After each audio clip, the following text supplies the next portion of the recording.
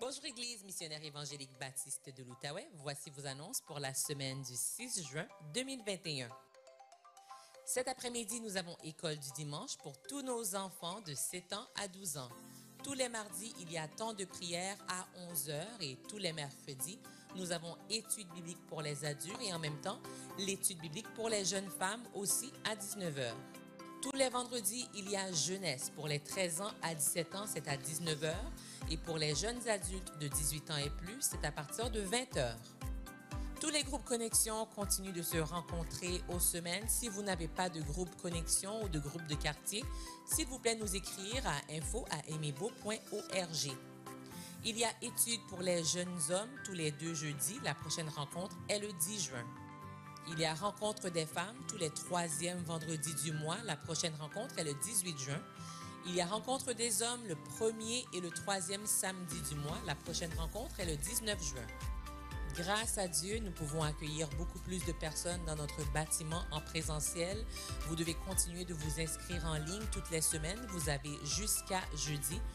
Il demeure très important de nous aviser s'il vous arrive une urgence et vous ne pouvez pas assister au culte en présentiel. Veuillez nous écrire à aimerbeau.inscription@gmail.com. Il y aura une corvée de travail paysager à l'église le samedi 12 juin de 10h à midi. On fait appel à tout le groupe des hommes et tous les autres qui aimeraient participer sont aussi les bienvenus. Pour plus de détails, veuillez contacter Claude Tourini. Marquez vos calendriers parce que nous avons ressourcement spirituel du 23 juin au 25 juin. Ce sera sur Zoom. Nous continuons de faire nos dons de manière électronique. L'adresse est trésorerie@aimerbeau.org. Le mot de passe est aimerbeau84. Nous souhaitons un joyeux anniversaire à tous ceux qui célèbrent un anniversaire de naissance, de mariage, de conversion cette semaine. Et à vous tous, bonne adoration, bon culte.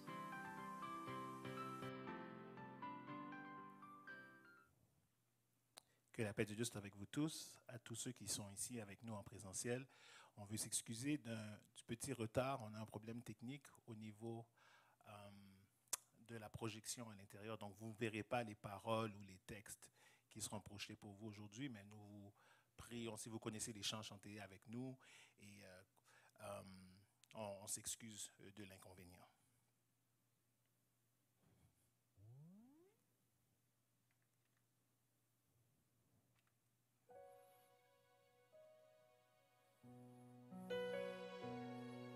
Nous voulons entrer en sa présence ce matin.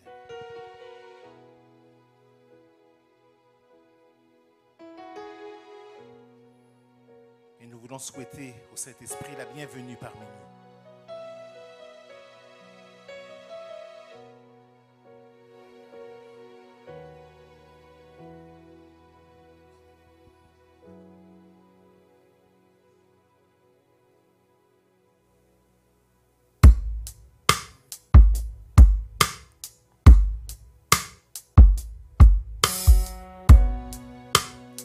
Entrons en sa présence, c'est un chant qu'on connaît, on peut se lever et on va chanter ensemble. Je pense qu'on peut se rappeler. Avec les médias sociaux, les réseaux sociaux, on n'a pas de mémoire, mais on demande à l'Esprit de Dieu de nous donner la mémoire ce matin. Pour ceux qui sont à la maison, vous voyez les paroles, mais ici, on ne les voit pas. Mais on a de la mémoire au nom de Jésus.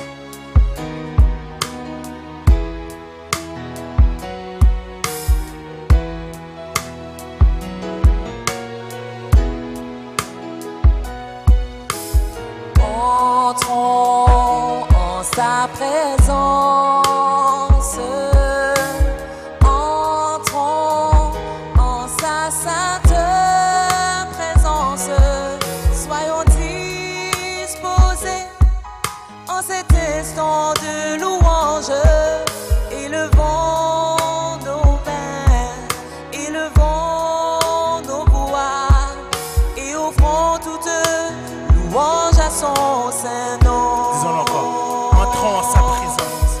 Entrons en sa présence. Entrons dans sa sainte présence. Soyons disposés dans cet instant de louange. Élevons nos voix ensemble.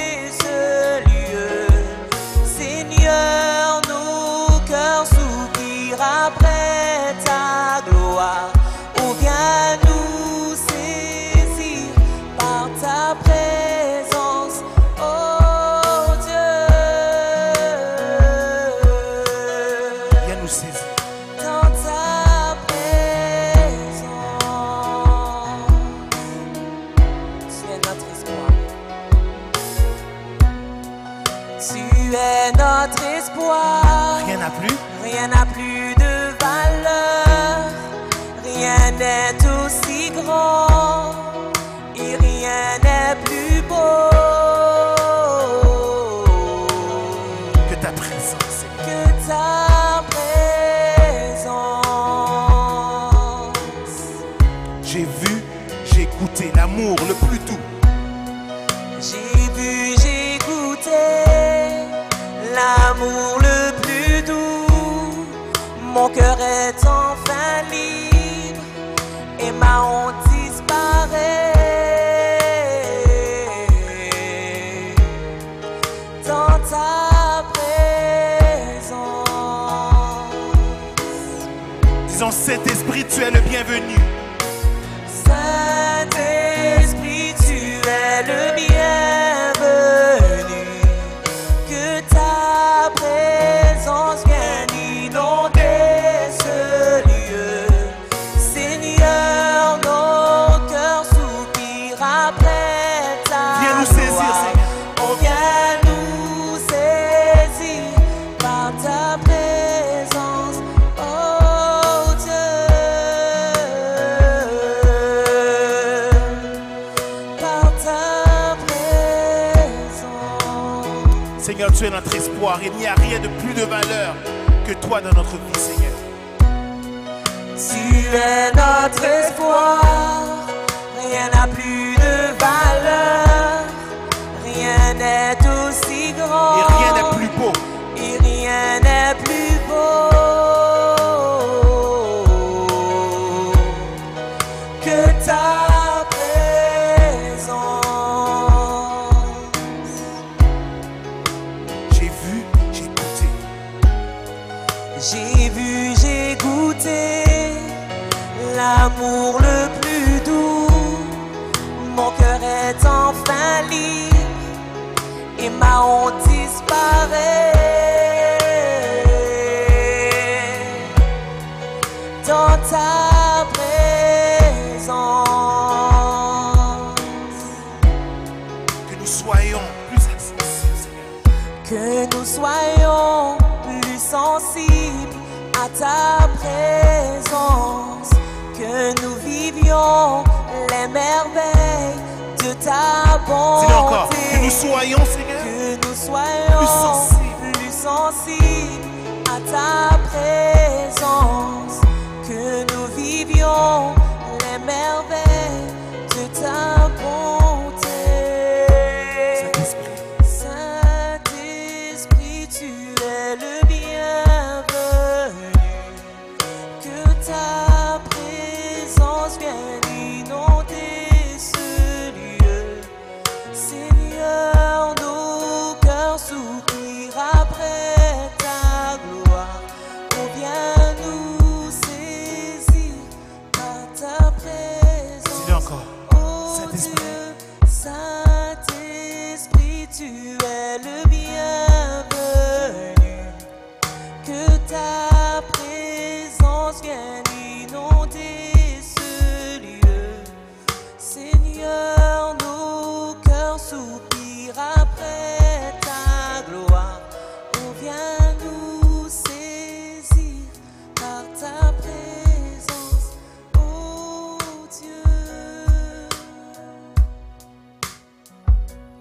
Notre Père Céleste, quel privilège de pouvoir nous assembler pour t'adorer, pour louer ton nom, te remercier et renouveler notre consécration, affirmer notre foi et notre confiance, notre espérance et notre amour pour toi, Seigneur.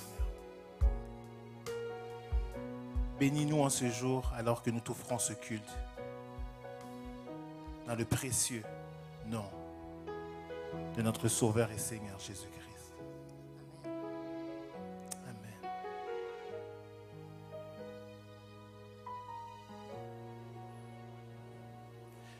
Nous, notre Église, l'Église missionnaire évangélique baptiste de l'Outaouais, nous vous souhaitons à tous, vous en présentiel et à la maison, bienvenue parmi nous en ce culte du dimanche 6 juin 2021. Restons debout alors que nous continuons notre adoration avec la parole de Dieu qui sera faite par la sœur Nancy. Nous lisons dans le psaume 103. Si vous avez des portables, vous pouvez prendre le psaume 103 ou votre Bible. C'est pratique d'avoir une Bible. Mon âme bénit l'Éternel, que tout ce qui est en moi bénisse son saint nom.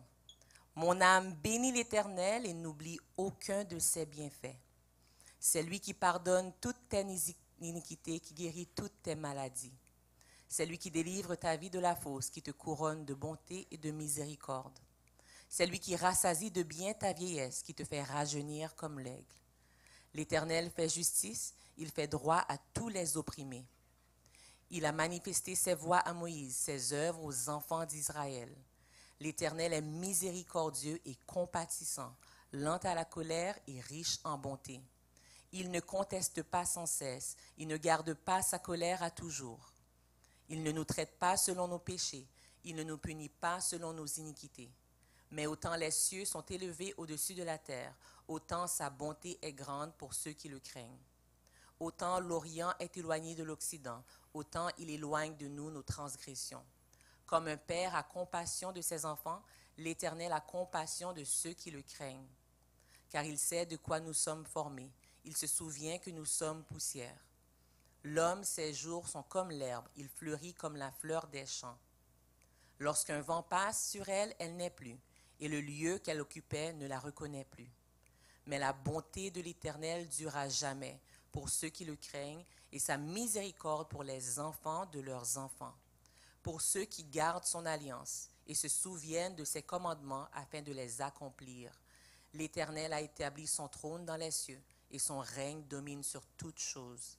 Bénissez l'Éternel, vous ses anges, qui êtes puissants en force et qui exécutez ses ordres, en obéissant à la voix de sa parole. Bénissez l'Éternel, vous toutes ses armées, qui êtes ses serviteurs et qui faites sa volonté.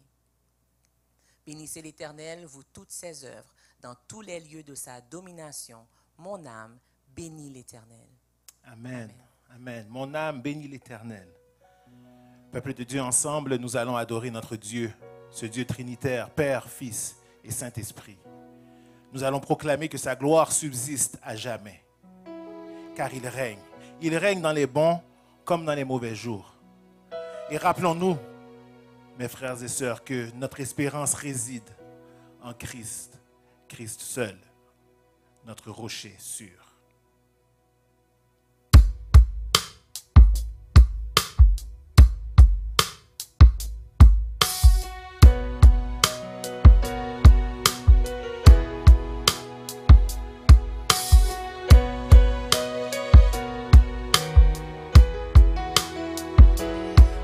La gloire du Seigneur subsiste à jamais.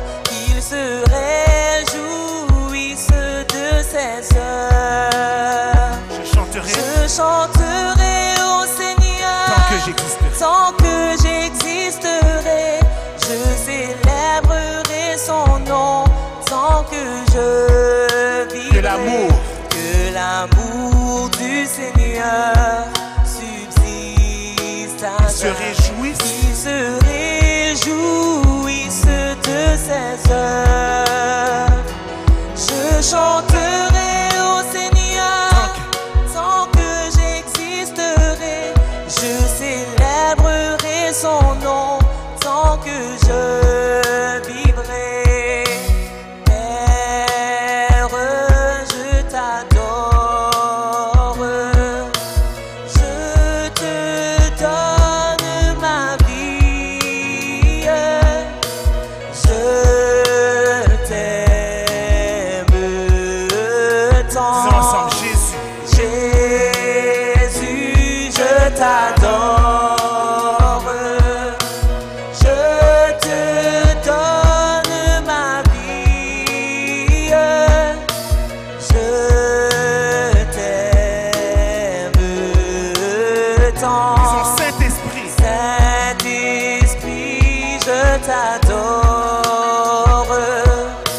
Je te donne ma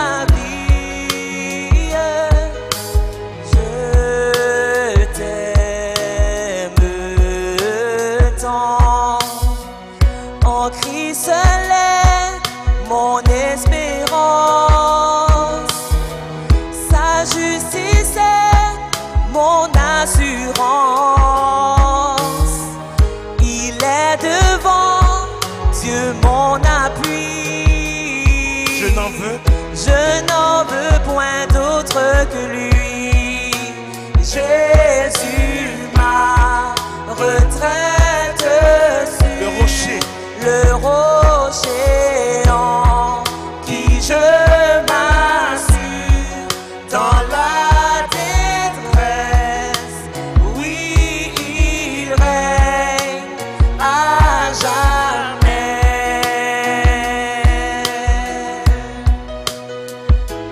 Tout autre asile. Tout autre asile est périssable. Tout autre appui. Tout autre appui N'est que du sable. n'est que du sable qui a posé ce fondement. Travaille et souffre vainement. Travaille et souffre vainement. Disons ensemble, Jésus.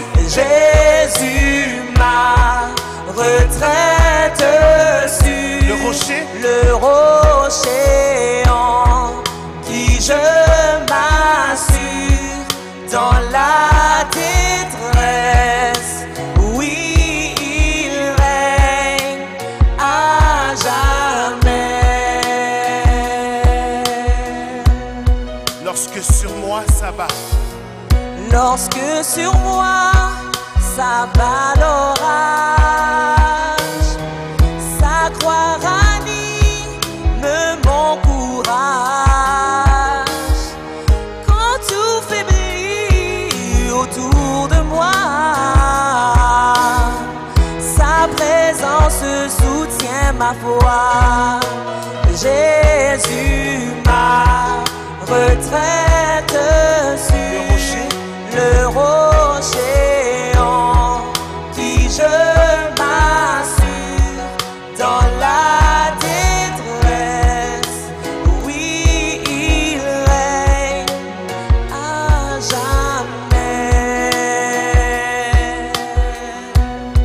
et quand la dernière Et quand la dernière tempête fondra terrible fondra terrible sur ma tête, comme l'hiver, cœur de la mort, j'entrerai radieux au port.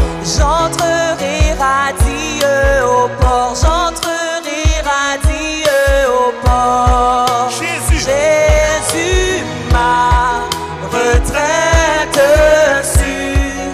Le rocher en qui je m'assure dans la détresse. Oui, il règne à jamais. Dis encore, Jésus ma retraite sûre. Jésus, ma retraite sûre. Le rocher en qui je m'assure dans la détresse. Oui, il règne à jamais. À jamais. Il règne à jamais. À jamais. Élève ta voix devant ton Seigneur. Il règne, il est ton protecteur, ton défenseur. Il est celui qui nous couvre, qui nous garde, dans les bons comme dans les mauvais jours. Il est Seigneur. Dans la nuit comme dans le jour, il demeure Seigneur. Élève ta voix devant ton Dieu, en action de grâce pour qui il est. Peu importe les orages, les tempêtes, il garde sa main assurée sur toi. Notre avenir est entre sa sûre main. Nous voulons être conduits par l'Éternel. Nous voulons être conduits par son Saint-Esprit. C'est lui qui nous conduit. C'est lui qui ne nous abandonne jamais. C'est lui qui nous garde. Il y a des détresses, mais sa sûre main demeure sur chacun de nous. Merci Seigneur de nous conduire. Merci Seigneur de nous sauver. Merci Seigneur de nous laver. Merci Seigneur de nous recevoir en ta présence par l'accès de ton Fils Jésus-Christ. Nous avons accès à toi pour être secourus dans nos faiblesses. nous pouvons trouver grâce, miséricorde en toi. Il me conduit, il me conduit.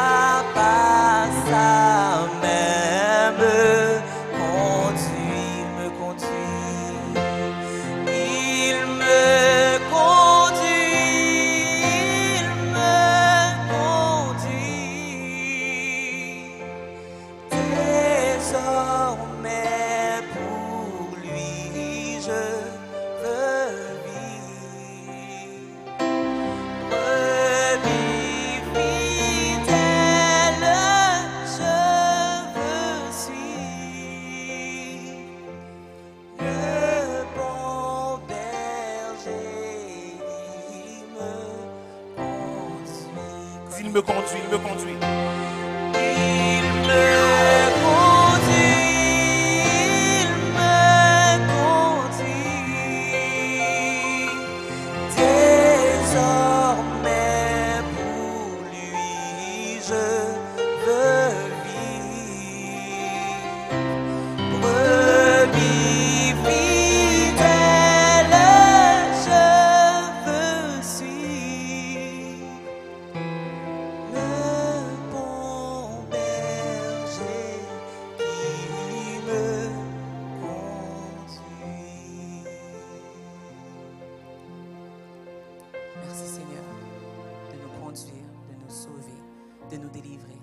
Merci parce que, encore une fois, ta main est sur nous dans la joie et dans la tristesse.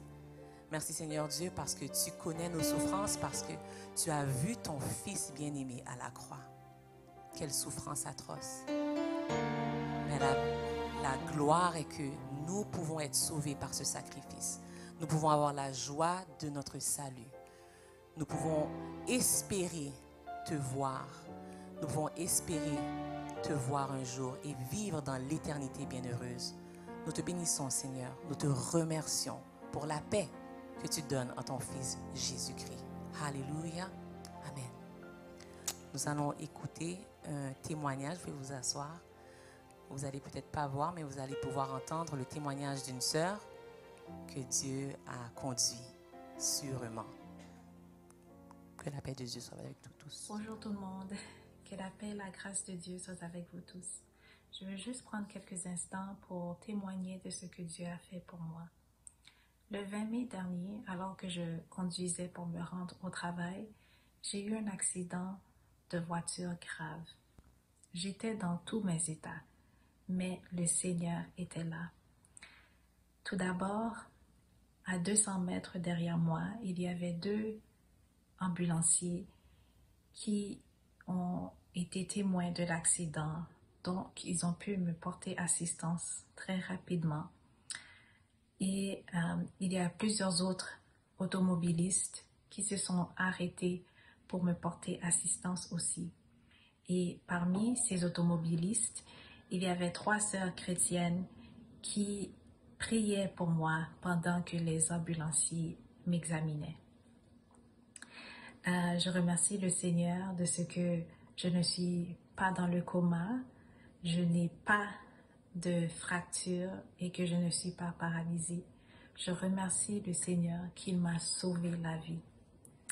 Et je remercie aussi le Seigneur que malgré la fuite de gaz importante qu'il y avait sur la chaussée, la voiture n'a pas explosé et ça c'est extraordinaire.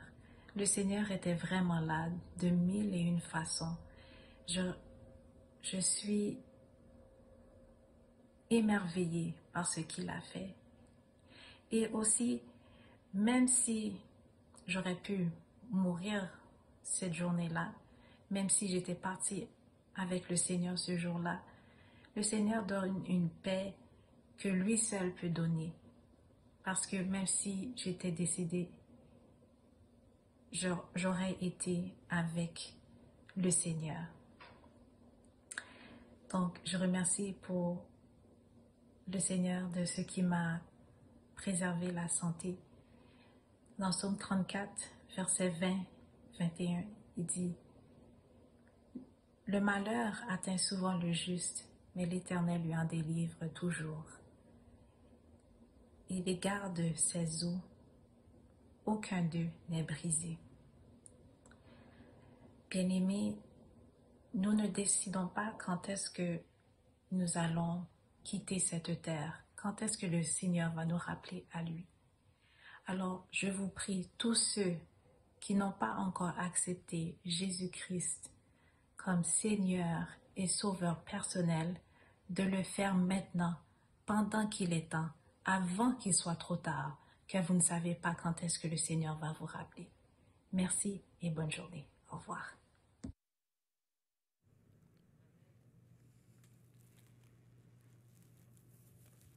Eh bien, merci, Sœur Mirjo. Vraiment, on reste émerveillé lorsqu'on énumère les bienfaits du Seigneur envers nous juste pendant une semaine. Les accidents qui n'ont pas eu, ou les accidents qui ont eu, mais desquels le Seigneur nous livre, nous délivre. Donc, merci pour ce bel témoignage.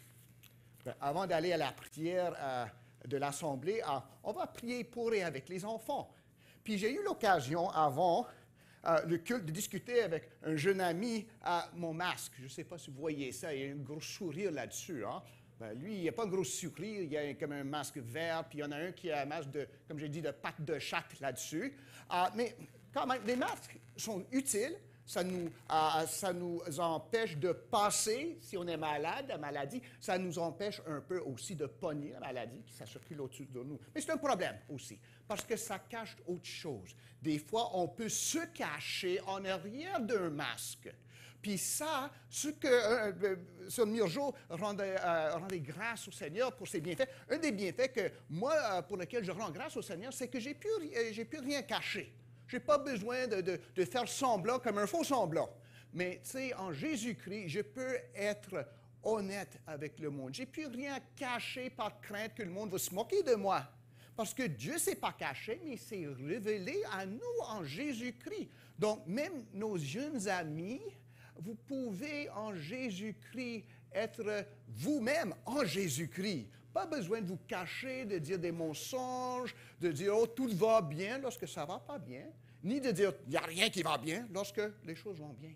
On peut être honnête à cause de Jésus-Christ, en qui Dieu a été vraiment s'est révélé complètement honnête à nous. Donc, on continue de porter le masque pour le prochain avenir. On va prier que ce ne soit pas trop longtemps, mais juste sur le visage, pas des masques sur le cœur. Hein? On est ouvert à Dieu et aux autres à cause de Jésus-Christ. Bon, on va prier ensemble pour nos jeunes amis avant d'aller à la prière ensemble comme assemblée. Prions le Seigneur. Père Céleste, nous te rendons grâce de ce que tu as envoyé ton Fils unique Jésus, celui en qui tu t'es révélé sans ombre, sans tache, sans rien nous cacher. Ô Père, tu as été complètement honnête et ouvert envers nous en Jésus-Christ qui essayons trop souvent de nous cacher.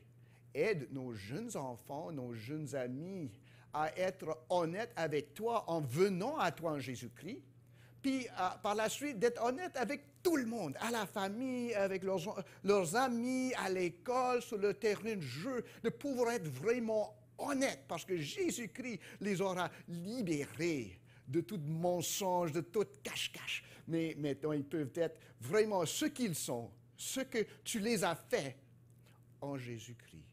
Garde nos enfants pendant ces dernières semaines d'école. Nous te prions, prépare-les pour l'été, qu'ils persévèrent à terminer l'année en bien, même si ça a été un défi. Oh, Père, tu peux les équiper à faire tout ce que tu veux en Jésus-Christ. Donc, donne-leur courage, de persévérance, de bien terminer la course cette année vraiment difficile, mais jamais sans toi. Et nous te demandons tout ceci au nom de Jésus. Amen. On va aller ensemble au trône de la grâce. Comme famille, ça a été une semaine pleine d'épreuves pour plusieurs de nos membres, aussi des triomphes, mais des tristesses aussi. Mais, comme on a dit aux enfants, avec Dieu, il n'y a rien caché, puis il ne s'attend pas à nous cachions rien de lui, mais que nous venions à lui en Jésus-Christ, prier, présenter nos requêtes, présenter notre confession de péché et espérer qu'il dirige nos chemins et nos pas. Prions le Seigneur. Père Céleste, nous te rendons grâce de ce que nous pouvons nous rassembler ce matin en liberté, sans crainte, en plus grand nombre maintenant même. Et nous te rendons grâce pour ceci, ô Père. Nous te rendons grâce du fait que ça nous faisait mal de ne pas pouvoir se présenter au temple ensemble, en présentiel, comme sœurs et frères. Et nous te rendons grâce de ce que maintenant, on a de plus en plus l'occasion de le faire. Merci Seigneur. Merci de nous avoir gardés en bien. Nous t'adorons et nous te louons, ô Dieu Trinitaire, Père, Fils et Saint-Esprit. Toi, ô Père, qui, en Jésus-Christ, dans le pouvoir du Saint-Esprit, a créé tout ce qu'il y a. Tu as créé selon ta volonté. Tu nous as créés à ton image. Tu nous as pardonné notre péché, notre rébellion en Adam. Et par la suite, tu nous as pardonné en nous voyant non plus en Adam par ta grâce, mais en Jésus-Christ. Le deuxième Adam, celui qui est maintenant notre identité, qui est notre justice, qui est notre sagesse, qui est notre rédemption, qui est notre sanctification. Oh, quelle miséricorde que tu manifestes envers nous, ô Père, en Jésus-Christ. Merci, ô Jésus, de t'être livré pour nous. Nous demandons le pardon pour nos péchés. Malgré la nouvelle naissance, malgré tous les bienfaits que tu as versés sur nos têtes, des bienfaits qu'on ne pourrait pas les énumérer, nous avons péché contre toi, nous avons murmuré, nous avons maltraité les uns les autres, nous ne sommes pas avérés fidèles envers toi dans la lecture, la prière, nous n'avons pas été de bons représentants de Jésus-Christ. Pardonne-nous, ô Père. ô Jésus, là où nous aurions, si c'était possible, fait honte à ton nom et ta renommée. Pardonne-nous. Esprit de Dieu, où nous t'aurons désobéi, attristé, et pitié de nous, nous te prions. Nous te rendons grâce de ce que ce n'est pas par notre belle confession, ni par nos belles vies, mais par le sang de Jésus-Christ que nous sommes sauvés. Et selon l'élection de Dieu, nous sommes tes enfants, tes brebis, et tu vas continuer à nous conduire sans en perdre une. Merci au Père que tu es notre Papa en Jésus-Christ et que tu nous pardonnes en Jésus-Christ, même avant que nous le demandions. Père, nous te rendons grâce pour les bienfaits de cette semaine passée. Nous te rendons grâce avec notre sœur Mirjo, même si ça fait maintenant plusieurs semaines que tu l'as délivré de la mort pour lui donner encore du temps pour faire son ministère ici, pour Jésus-Christ. Nous te rendons grâce pour son témoignage, pour son espoir, et nous prions que tous parviennent à connaître cet espoir, le seul espoir qui ne change pas, qui ne ternit pas, l'espoir de la vie éternelle en Jésus-Christ.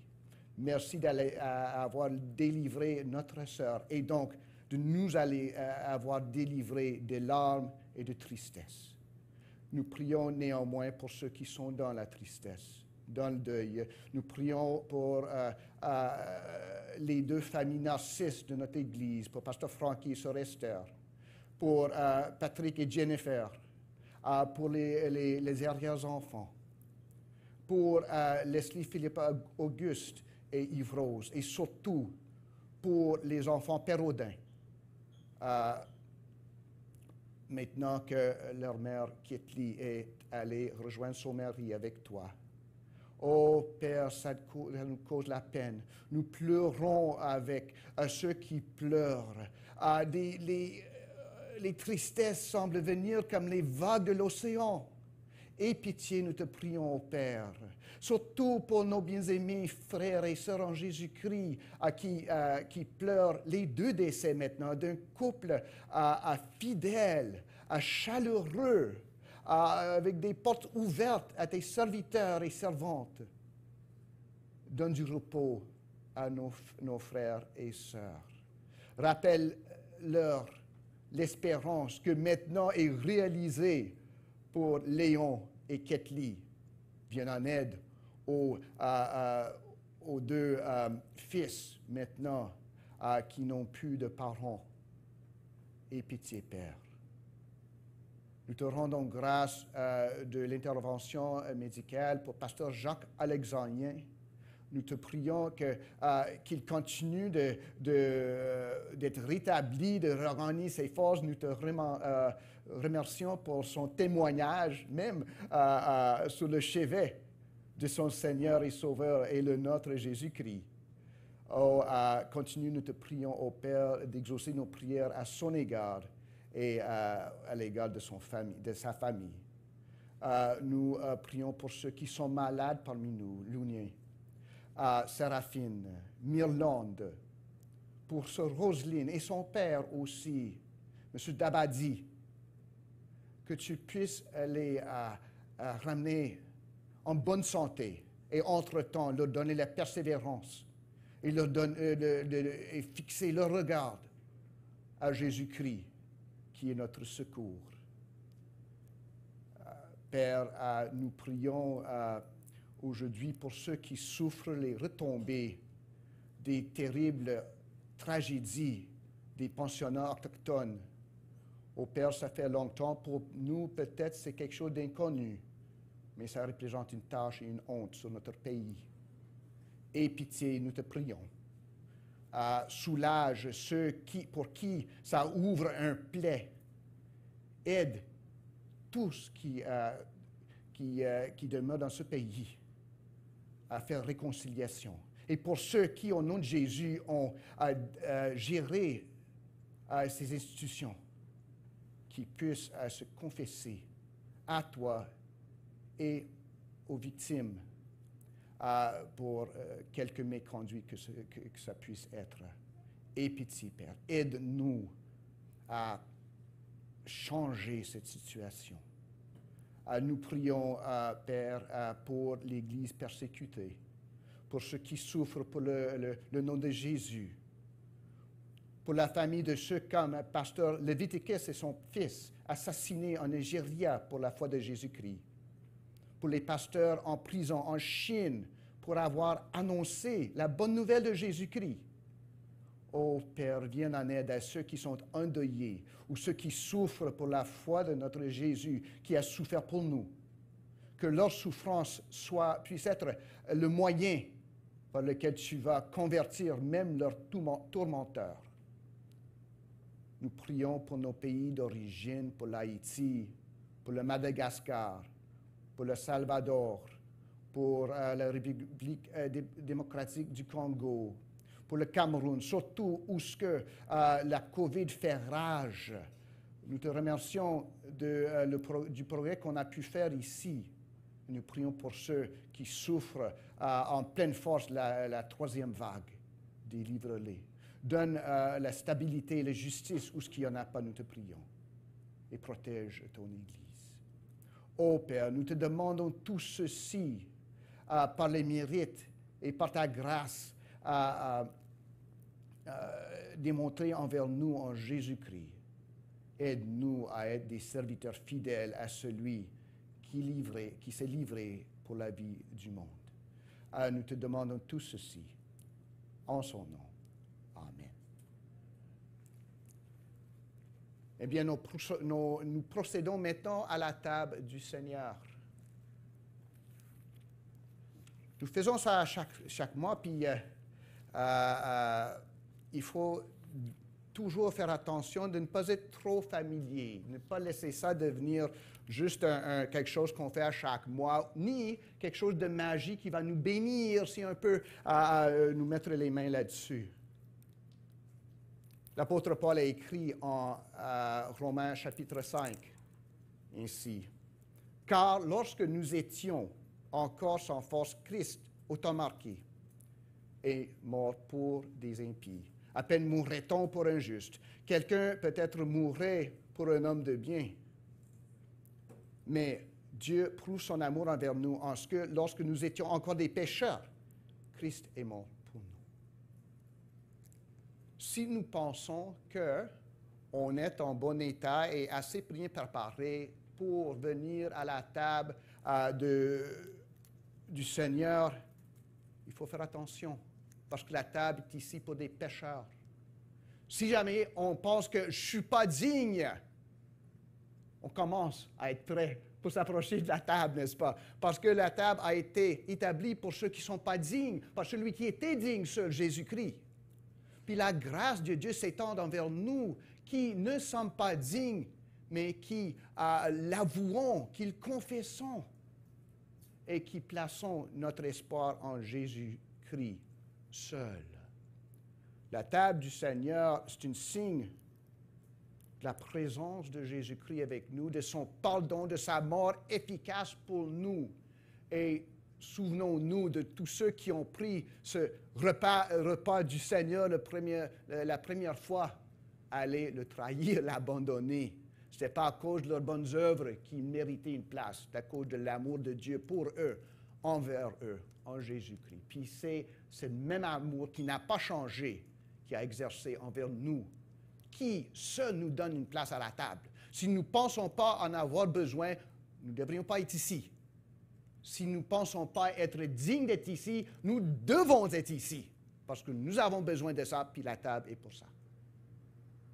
La table est ouverte à tous ceux qui ont confessé la foi en Jésus-Christ et cherchent, même avec des défauts, à le suivre selon ses commandements, en portant notre croix à chaque jour. C'est ouvert à ceux qui ont obéi à Jésus-Christ, pas juste en parole, mais en acte, en passant par les eaux de baptême comme croyants et en confessé Jésus-Christ, Sauveur, Fils de Dieu. Ce n'est pas pour du monde parfait, c'est pour des pécheurs pardonnés qui avons tous besoin de la présence et la miséricorde de Dieu en Jésus-Christ. prions ensemble.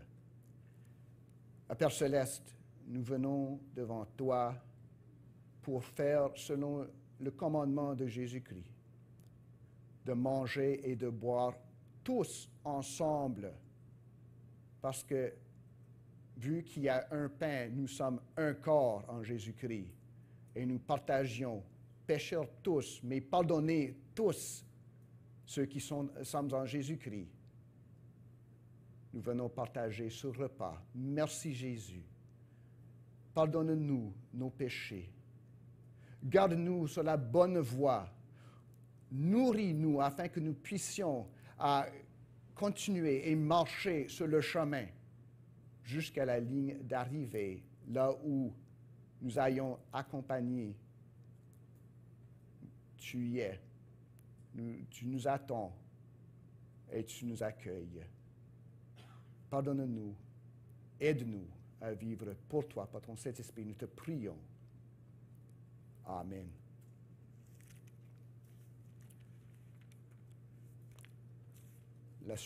La soirée que Jésus a été trahi et s'est livré pour nous tous selon le dessein arrêté de Dieu, il a dit ceci, Matthieu 26. Pendant qu'il mangeait, Jésus prit du pain et après avoir rendu grâce, il le rompit et le donna aux disciples en disant, « Prenez, mangez, ceci est mon corps. » Nous prenons et nous mangeons tous ceci en mémoire de Jésus.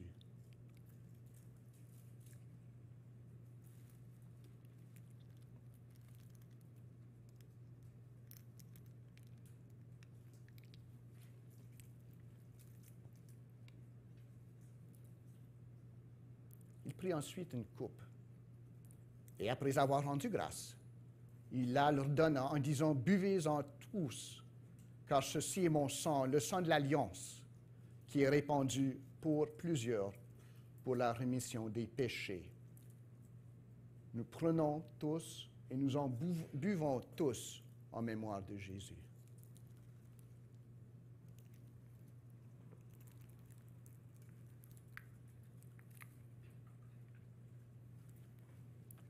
Ô Esprit de Dieu, bénis ton Église avec ta présence. Remplis-nous afin que nous puissions faire l'œuvre pour laquelle le Père nous a appelés en Jésus-Christ, de vivre pour le royaume, pour Jésus-Christ, pour annoncer le royaume et pour rester fidèles à Jésus-Christ jusqu'à ce qu'il vienne. Sois-nous en aide, ô Esprit de Dieu. Nous te demandons au nom du Père et du Fils et du Saint-Esprit. Amen. Merci d'avoir partagé ce repas avec moi. Maintenant, on donne place à la prédication, pas juste à la démonstration, mais à la prédication de la parole de Dieu par notre pasteur Arsène.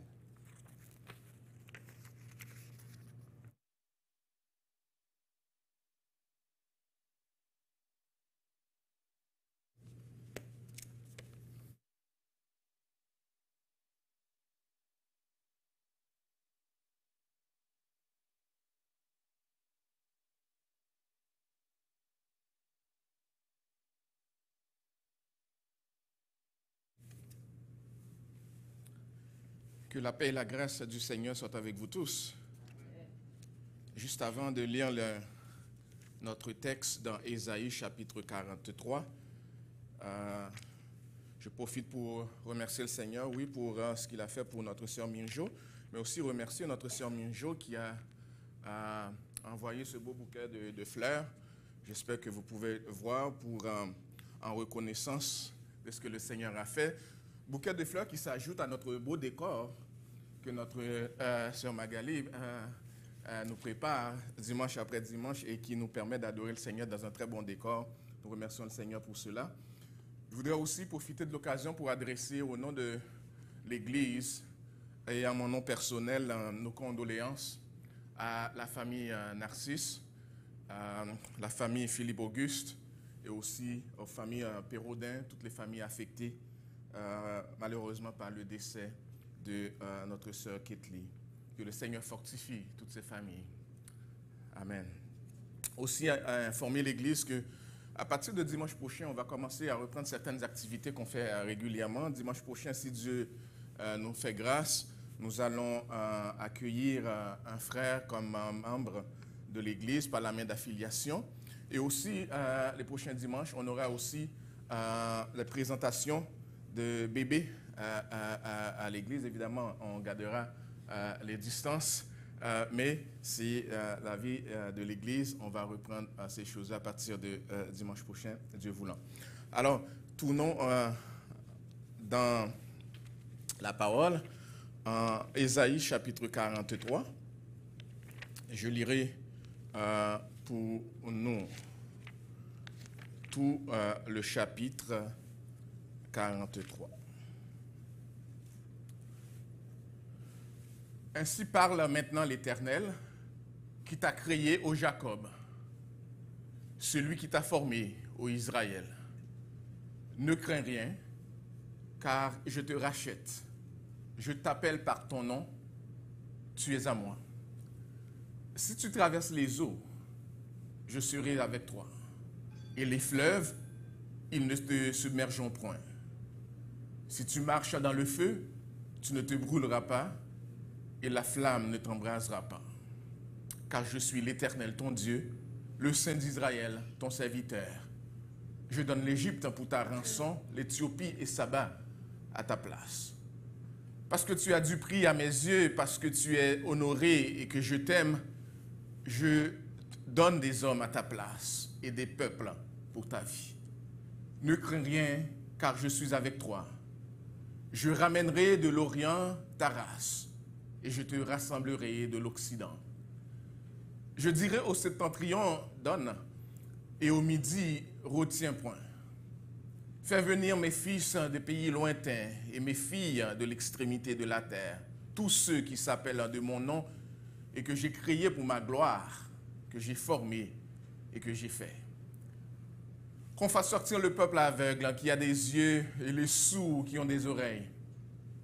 Que toutes les nations se rassemblent et que le peuple se réunisse, qui entrent, eux, à annoncer ces choses, lesquelles nous ont fait entendre les premières prédictions, qu'ils produisent leurs témoins et établissent leurs droits, qu'on écoute et qu'on dise c'est vrai.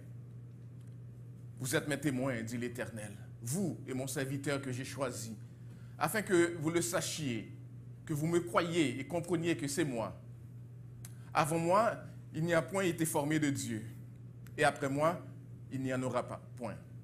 C'est moi qui suis l'Éternel, et hors de moi, il n'y a point de sauveur. C'est moi qui ai annoncé, sauvé, prédit.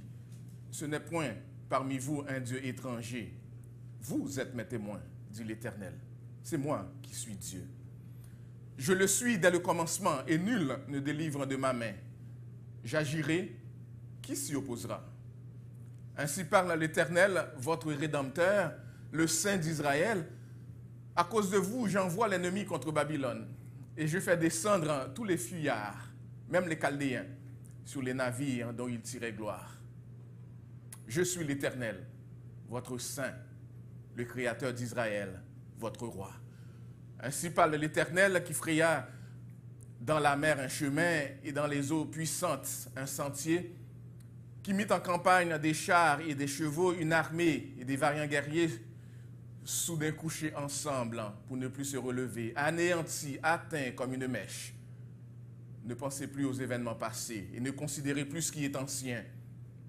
Voici, je vais faire une chose nouvelle sur le point d'arriver. Ne la connaîtrez-vous pas? Je mettrai un chemin dans le désert et des fleuves dans la solitude. Les bêtes des champs me glorifieront, les chacals et les autruches, parce que j'aurai mis des eaux dans le désert, des fleuves dans la solitude, pour abreuver mon peuple, mon élu. Le peuple que je me suis formé publia mes louanges. Et tu ne m'as pas invoqué, ô Jacob, car tu t'es lassé de moi, ô Israël.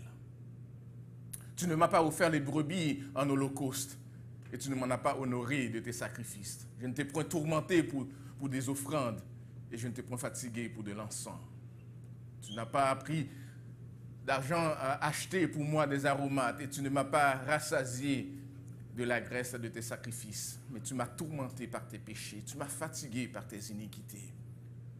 C'est moi qui efface tes transgressions pour l'amour de moi et je ne me souviendrai plus de tes péchés. Réveille ma mémoire, plaidons ensemble. Parle toi-même pour te justifier.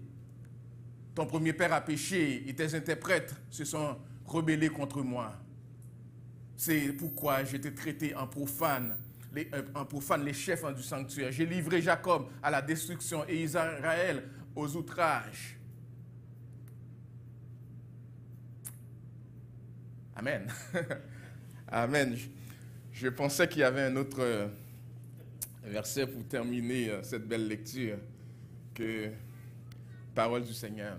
Notre bon Père céleste en Jésus-Christ, nous venons devant toi. Et nous prions que tu nous oignes par l'onction de ton Saint-Esprit, de manière à ce que ce texte que nous venons de lire, qui est ta parole vivante, puisse être enseigné avec simplicité et clarté et que ton Saint-Nom soit glorifié, que nous soyons bénis, nous qui sommes ici en présentiel, mais aussi nos frères et sœurs qui sont en ligne et qui écoutent ce message. Fais grâce à chacun d'entre nous et donne-nous tout ce dont nous avons besoin pour l'enseigner ce matin. C'est notre prière devant toi, au nom et par les mérites de Jésus, notre divin Sauveur et Seigneur. Amen. Amen.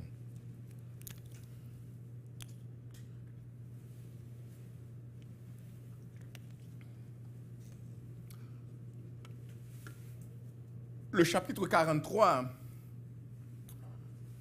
d'Ésaïe a pour objectif d'encourager le peuple de Dieu.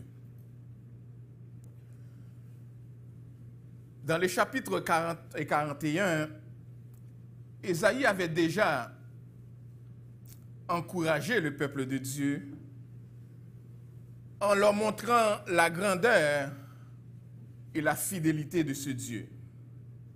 Grandeur et fidélité que nous avons entendu dans le témoignage de notre sœur Minjo, un exemple pour dire que ce n'est pas juste ce peuple dans ce temps-là qui a besoin de reconnaître la grandeur et la fidélité de Dieu. Dieu est toujours aussi grand, aussi fidèle. Il tient encore ses promesses. Ici, au chapitre 43, on trouve plusieurs déclarations d'encouragement dans le texte. Nous n'allons pas pouvoir les lire tous, mais au fur et à mesure, nous allons nous référer à plusieurs déclarations d'encouragement. Imaginez le Dieu de l'univers qui nous dit « Ne crains rien, ne crains rien. Voici ce que dit l'Éternel, celui qui t'a créé, celui qui t'a façonné, qui te dit « N'aie pas peur, ne crains rien. » Ne crains rien, pourquoi? Parce que je te rachète, je t'appelle par ton nom, tu es à moi.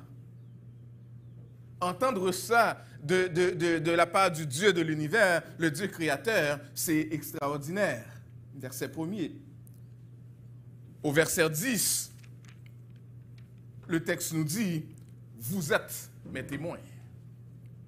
Vous êtes mes témoins. Vous êtes mes témoins que je suis l'Éternel. Vous êtes mes témoins que je suis votre Saint, le Créateur d'Israël. Je vais faire une chose nouvelle. Le texte nous dit au verset 19. Je vais faire une chose nouvelle sur le point d'arriver. Je vais changer la situation. Et le texte nous dit au verset 25, c'est moi qui efface tes transgressions. Autrement dit, le prophète prend le temps de dire, voici le Dieu, voilà le Dieu qui est ton Dieu, le Dieu que tu sers. Mais il est important que je vous rappelle encore une fois, parce que je l'ai déjà fait, et puis c'est toujours important de le faire, il est important que je vous rappelle que ces paroles d'encouragement que Dieu envoie à son peuple Ces paroles d'encouragement étaient entendues dans un contexte particulier où le peuple de Dieu était encore en exil. Il faut que vous compreniez que être en exil, ce n'est pas avoir choisi d'immigrer dans un pays. Vous savez, à un moment donné, on a choisi de quitter notre pays pour aller ailleurs, peut-être pour des raisons économiques, peut-être pour des raisons politiques, peut-être pour des raisons de sécurité. Nous avons volontairement décidé de quitter notre pays pour venir, par exemple, au Canada, pour trouver une meilleure condition, soit économique, soit politique, soit sociale, sécuritaire, pour y vivre. Mais lorsqu'on est en exil, on est forcé à quitter pour aller vivre, on est déporté pour aller vivre sous la puissance de notre pays, l'autorité de notre pays. Et on n'est pas bien traité. Alors, le peuple qui entendait ces paroles, ces déclarations d'encouragement, c'est un peuple qui était déporté, qui était en exil. C'est un peuple qui était sous le joug d'une nation plus puissante que lui. Et le message du prophète ne dit pas « Sois encouragé parce que l'exil va prendre fin bientôt ». Vous savez, c'est très facile lorsqu'on est dans un contexte difficile, dans une situation difficile, et puis on nous dit que c'est encore pour 2 jours, pour 2 heures. Puis peut-être qu'on peut toffer ça. Mais ce n'est pas ça que le texte nous dit. Le texte encourage, mais ça nous dit quand est-ce que la situation prendra fin. Et il faut comprendre ce contexte-là. Le prophète lui dit de prendre courage parce que Dieu est présent avec lui malgré l'exil. Et c'est là qu'il faut prendre courage. Dieu est présent malgré l'exil. Dieu est présent malgré la déportation. Dieu est présent malgré la situation qui ne nous plaît pas. De plus, le peuple n'a pas à craindre ni la destruction, ni l'assimilation. Parce que lorsqu'on est déporté, on est soit anéanti parce que la puissance étrangère, la puissance qui domine nous l'impose, ou on est assimilé dans le sens que le pays dans lequel on vit veut quasiment qu'on s'approprie toutes ces valeurs au détriment qu'on oublie de plus en plus les valeurs qui sont qui viennent de nos pays d'origine. Et ici, le texte va dire au peuple, ne crains rien parce que Dieu a un plan. Dieu a un plan de rassembler les enfants de son peuple, peu importe où ils se trouvent. Malgré les circonstances effrayantes qui les affligent, le Dieu vivant déclare, ne crains rien. Ne crains rien parce que son peuple est précieux à ses yeux, son peuple est honoré et tendrement il déclare qu'il aime son peuple. C'est ce que le verset 4 nous dit. Je t'aime comme mon peuple.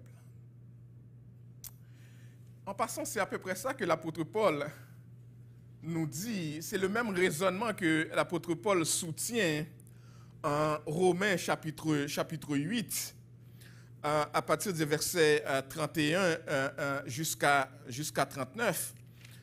Lorsque Paul nous dit, je lis un verset pour vous à partir du verset 31, Paul dit, que dirons-nous donc de plus? Si Dieu est pour nous, qui sera contre nous? Lui qui n'a point épargné son propre fils, mais qui l'a donné pour nous tous, comment ne nous accorderait-il pas aussi toutes choses avec lui? Qui accusera les élus de Dieu? C'est Dieu qui a choisi. C'est Dieu qui les déclare justes. C'est Dieu qui les bénit. C'est Dieu qui décide. Et lorsque la situation difficile arrive, on se le rappelle. L'Éternel promet à Israël de le protéger. L'Éternel promet à son peuple de prendre soin de lui, de le délivrer, de le multiplier. Mais ce matin, chers amis, en arrière-plan de ce passage, et c'est là-dessus que je vais encore plus insister, en arrière-plan de ce message, on voit un motif qui est clair.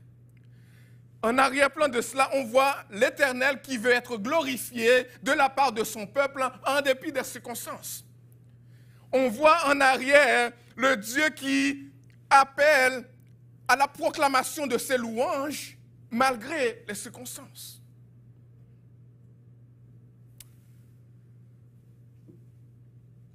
Comme toile de fond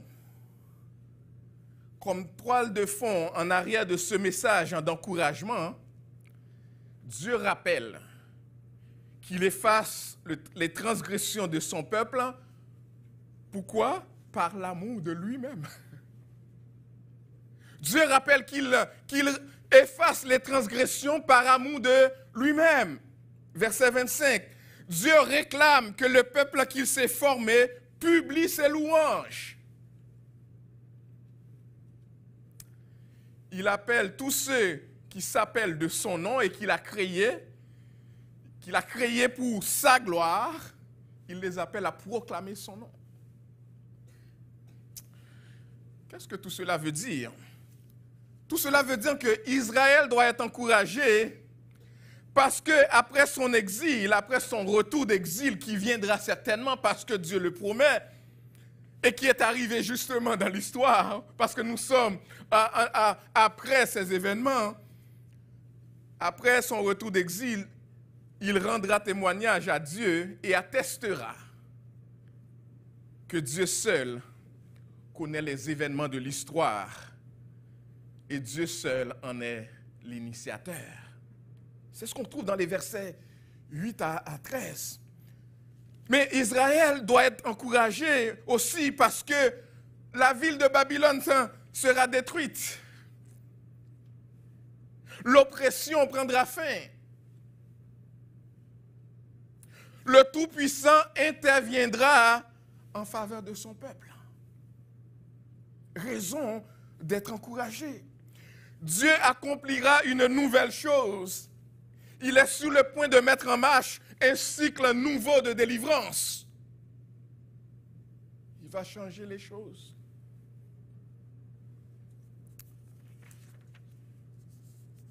Mais surtout, et c'est ce qu'on voit aussi à la fin de ce chapitre, surtout dans les versets 22 jusqu'au verset 28, plus que toute chose, Dieu va rétablir le vrai culte. Parce que présentement, le culte a été corrompu.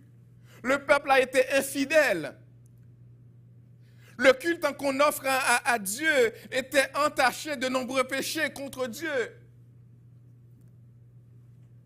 Et le jour viendra où le culte sera restitué. La vraie adoration, l'adoration des serviteurs, des servantes de Jésus sera fidèle. Et par amour pour son nom, Dieu effacera les transgressions et enverra son serviteur fidèle. Il enverra son serviteur rétablir l'ordre des choses. Et c'est la promesse qui a été faite. Et vous savez qu'il est évidemment question ici de son serviteur souffrant, le Messie, le Fils de l'homme, Jésus-Christ, qui est venu apporter libération à ceux qui étaient captifs du péché. Jésus-Christ, devant qui les rois de la terre auront la bouche fermée. Devant qui les rois de la terre ont eu la bouche fermée. Car ils verront ce qui ne leur avait point été raconté. Ils apprendront ce qu'ils n'avaient pas entendu. Dieu veut que son serviteur, Israël, Dieu veut que son peuple en sauvé, l'Israël spirituel d'aujourd'hui, Dieu veut que l'on comprenne que c'est lui le je suis, celui le Dieu. Et c'est important, il le dit plusieurs fois dans les textes, c'est moi l'Éternel. L'attention doit être portée sur moi, le focus c'est moi.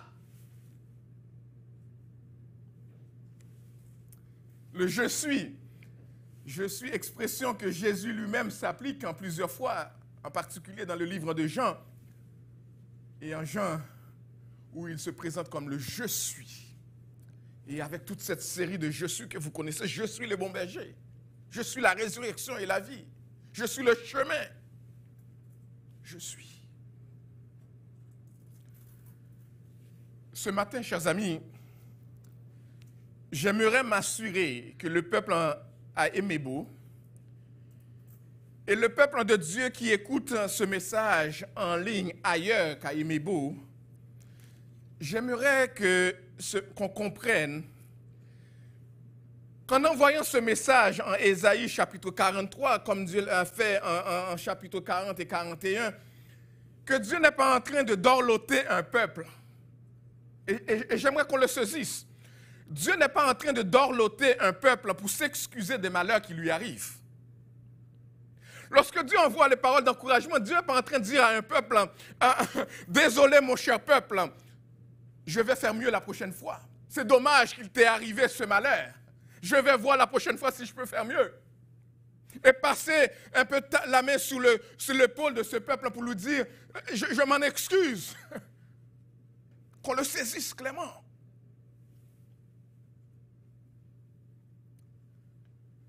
Dieu encourage son peuple pour qu'il se tourne vers lui alors qu'il est dans le besoin. Parce qu'il reconnaît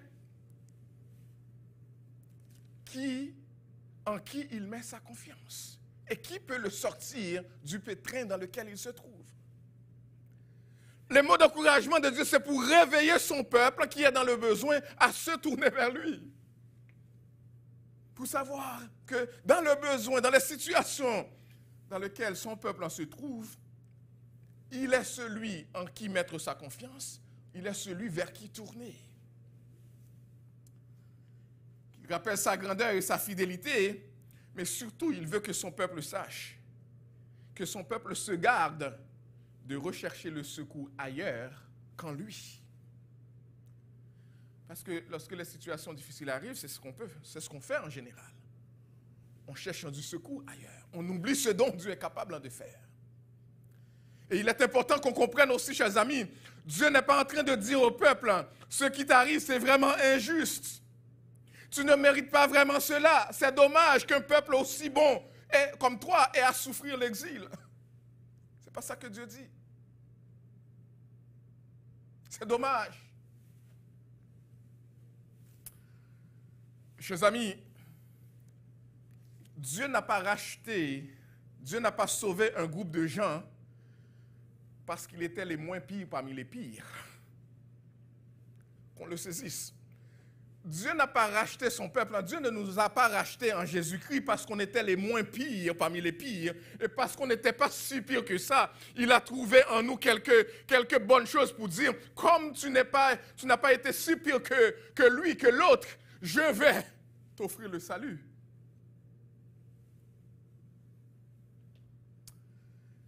Dieu n'a pas sauvé les moins pires pour leur offrir ensuite une certaine reconnaissance d'avoir été pas pire.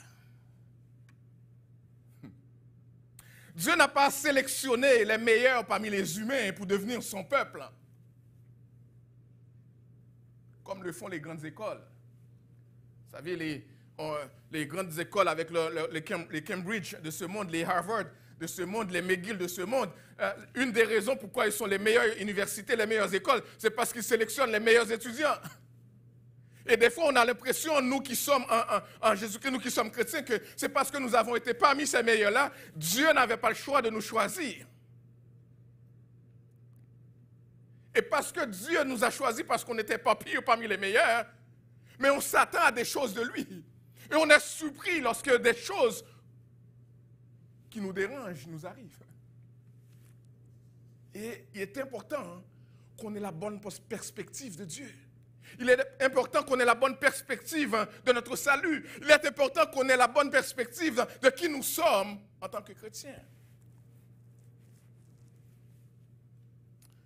Parce que la Bible dit que nous étions tous par nature des enfants de colère, rebelles, morts par nos péchés, selon Éphésiens 2, chapitre 1. Aucun d'entre nous était juste, pas même un seul. Nul ne cherchait Dieu. tous sont égarés, pervertis, aucun qui fasse le bien, pas même un seul. Pas même un seul. La Bible dit notre gosier n'était qu'un cercueil ouvert qui puait le péché. C'est ce que nous étions. Un gosier ouvert.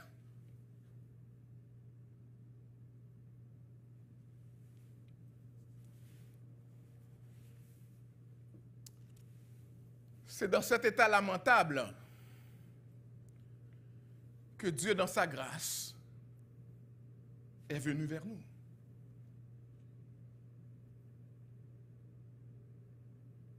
Ce n'est pas parce que nous étions bons. C'est dans cet état lamentable que Dieu, dans sa grâce, est venu à notre secours. Nous étions spirituellement morts. Il nous a donné la vie en Jésus-Christ. Et parce qu'il nous a donné la vie en Jésus-Christ, par son esprit qui a régénéré, qui nous a régénéré et suscité la vie en nous,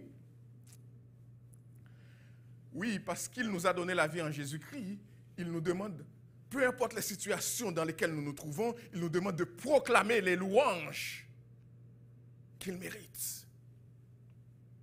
De proclamer ces louanges. Parce que nous sommes ce peuple nouveau que Dieu a fait sien, parce que nous lui appartenons, parce que nous reconnaissons qui il est, il nous appelle à proclamer, publier ses louanges, à faire connaître ce qu'il est. L'Église est une communauté de rachetés pour proclamer les louanges de Dieu. Une église, c'est comme une communauté que Dieu a mise en place, des rachetés par le sacrifice de Jésus-Christ pour proclamer, annoncer sa gloire, faire connaître à ceux qui ne le connaissent pas encore qui il est.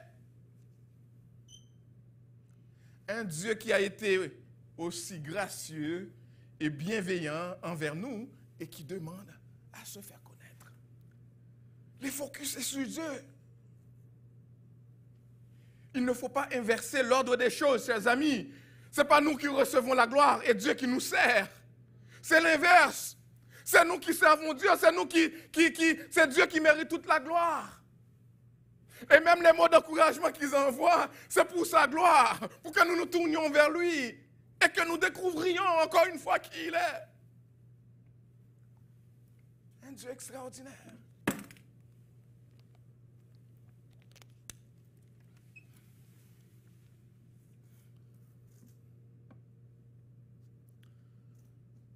Dans la vie chrétienne, le focus ne devrait jamais être sur moi. Le focus ne devrait jamais être sur moi au point que chaque fois qu'il m'arrive quelque chose qui me dérange, j'interroge Dieu. J'interroge Dieu, comment se fait-il qu'il m'arrive quelque chose d'aussi lamentable, Dieu? Comment se fait-il que pareille chose m'arrive à moi, à ma famille? Je connais des gens dont leur situation morale sont beaucoup pires que les miennes. Comment se fait-il que ces familles, que ces gens sont épargnés? Et comment se fait-il que ma famille est touchée, ou moi-même est touché, ou mes enfants sont touchés? De quoi en est-il, Seigneur? J'attends la justification, j'attends l'explication.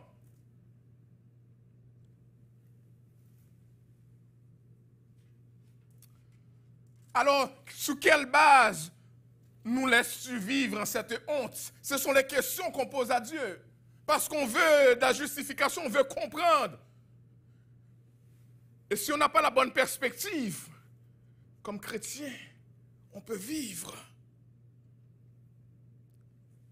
en s'attendant à ce que Dieu fasse des choses.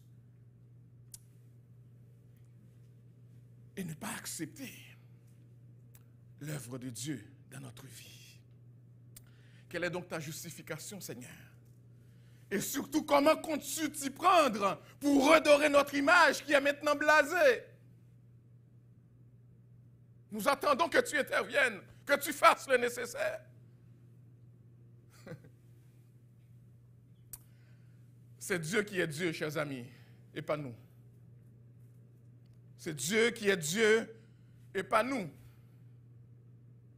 J'aimerais que vous le répétiez peut-être à la maison, alors que vous écoutiez, peu importe où vous êtes. C'est Dieu qui est Dieu et pas nous. Et il sait ce qu'il fait. C'est Dieu qui a créé. C'est Dieu qui t'a créé, qui t'a formé, qui t'a racheté. C'est Dieu qui a fait le premier pas vers nous, chers amis, qui nous a convaincus de péché, de justice, de jugement. Et Dieu appelle que tout ce que Dieu appelle, de son nom, le texte nous dit qu'il le glorifie, qu'il proclame son nom. Bien sûr, Dieu nous aime, chers amis. Bien sûr, Dieu nous aime. Le Seigneur aime son peuple. Le texte nous dit, tu es à moi. Tu as du prix à mes yeux. Tu es honoré, tu es glorifié. Je t'aime, je suis avec toi. Et observons comment il prend soin d'expliquer qu'il n'y a qu'un seul éternel, un seul sauveur, un seul Dieu qui est sauveur, qui est roi. Et le texte prend le temps, le verset 10 à 15, de le décrire. Le Tout-Puissant, le Rédempteur, le Saint, le Créateur, le Roi d'Israël. Mais est-ce que nous méritons tout cela? Est-ce que nous méritions tout cela, toute cette grâce? Non. Le texte nous dit, c'est pour l'amour de lui-même et pour la gloire de Dieu que sa grâce agit ainsi envers nous. C'est pour l'amour de lui-même.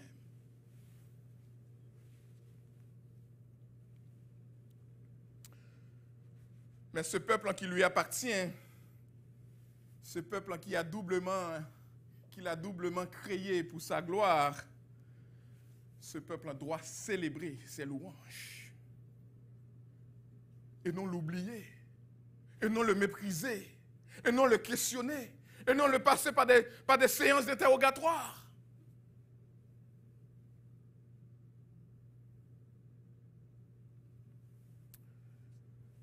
Pourquoi le louer, même dans les situations difficiles, même lorsque notre monde tourne à l'envers? Parce qu'il a effacé nos péchés. Voilà une raison d'action de grâce. Voilà une raison pour le louer. Louons-le pour ses offerts, pour l'immensité de sa grandeur. Louons-le pour ce qu'il est. Louons-le pour ce qu'il continue de faire dans notre vie, même lorsque nous ne soyons pas conscients. Et même dans ces situations qui nous poussent à l'interroger, louons-le parce qu'il intervient et il agit encore pour nous. Nos yeux sont barrés, nous ne pouvons pas le voir, mais il intervient encore et il agit. Louons-le. Louons-le.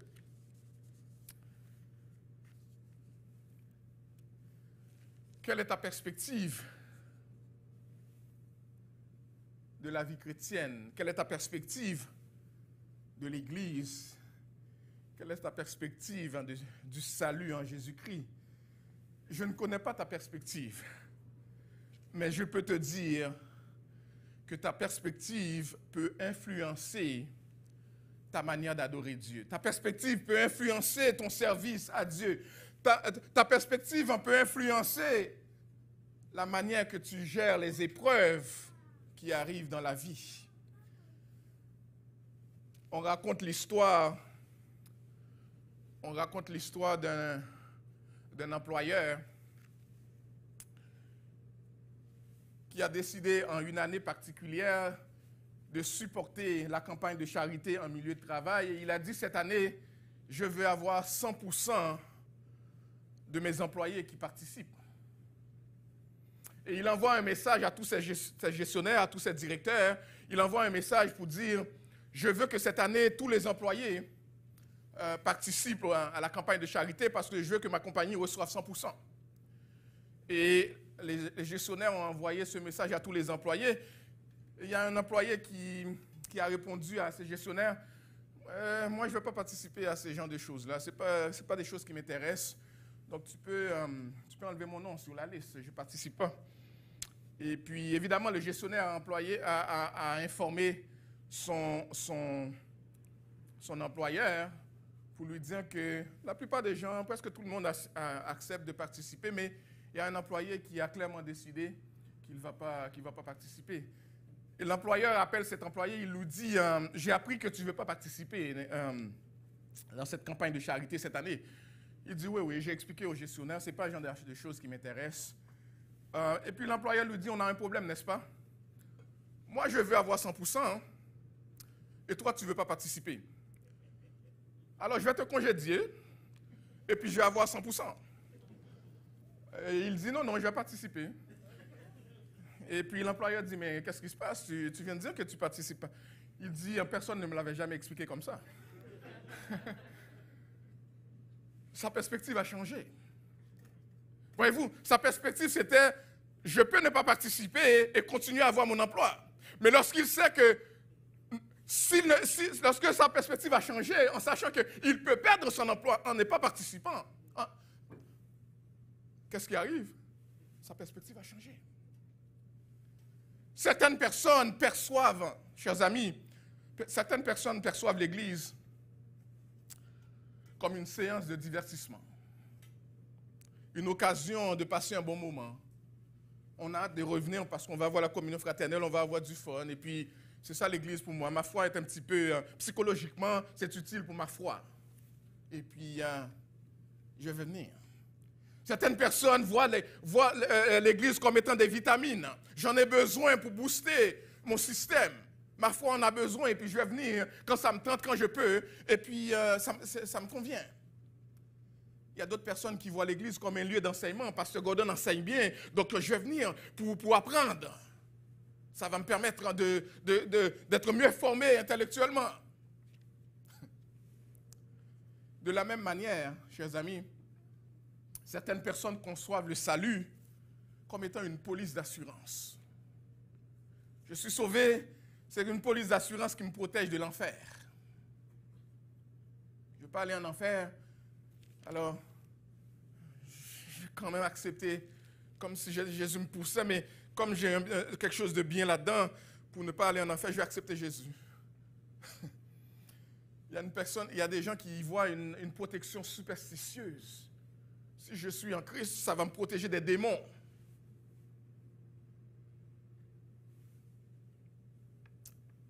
Je vais être protégé contre les malheurs. La vie va être toujours en rose. Ça va toujours bien aller. Le pasteur qui avait prié pour moi m'avait dit, si on est en Christ, la vie est belle. Et on grandit dans cette perspective-là. Il y a d'autres personnes qui y voient une sécurité contre les maladies, contre les épreuves, parce qu'on est en Christ.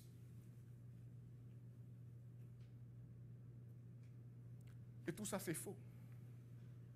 C'est une fausse perspective de la vie chrétienne.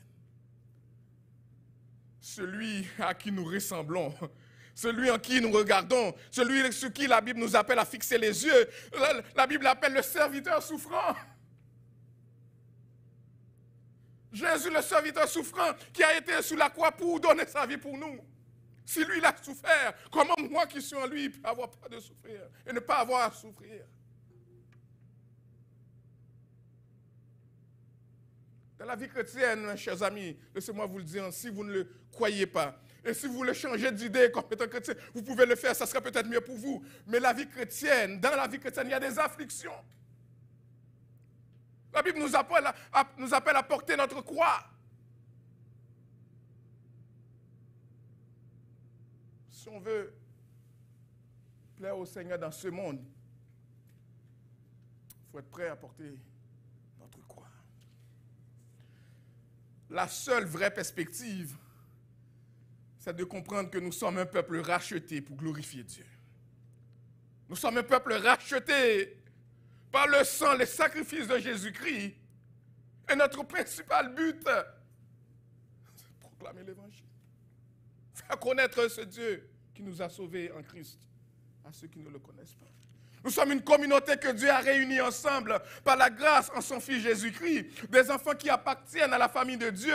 Et le but principal, c'est de proclamer les louanges de Dieu. Si tu ne le fais pas, questionne-toi. Et si tu en as honte, questionne-toi. Le message de l'Évangile a toujours été cohérent. C'est Dieu qui appelle et qui sauve par la foi en son Fils, en Jésus-Christ. Et ceux qu'il a déjà sauvés, ceux qu'il va sauver, il les appelle tous à proclamer les louanges de ce Dieu qui les sauve. Sauver pour glorifier Dieu par une adoration consacrée. Sauver pour glorifier Dieu par un service fidèle. Une mission engagée. Et la question qu'on se pose, qu'on doit se poser ce matin, Dieu est-il glorifié dans le service que tu lui offres? Et je ne parle pas seulement du culte du dimanche matin, dans le service de ta vie que tu lui offres. Quand le rideau sera fermé, et ça c'est une expression pour dire, quand Dieu t'appellera à lui, ou quand à la fin de la semaine, tu laisseras tes collègues de travail, quand le vendredi tu laisses tes amis à l'école, quand le dimanche, après le culte, tu rentres à la maison, quand le rideau est fermé, quand le rideau est fermé, que ce soit sur ta vie, ta semaine de travail, ou l'école, ou à la maison, ou sur ton culte de dimanche, et que le spectacle aura pris fin sous les applaudissements des spectateurs dont tu fais partie, en ligne ou en présentiel, quand le rideau sera fermé, quand tout le monde est rentré chez soi, y compris les acteurs, y compris toi, quand le rideau est fermé et que le spectacle aura pris fin, peux-tu dire dans ta conscience et de manière paisible, merci Seigneur, j'ai glorifié ton nom du meilleur de moi-même? C'est ce qui compte. C'est ce qui compte. Seigneur, j'ai proclamé tes louanges au cours de cette semaine. Peu importe les obstacles qui l'ont accablé.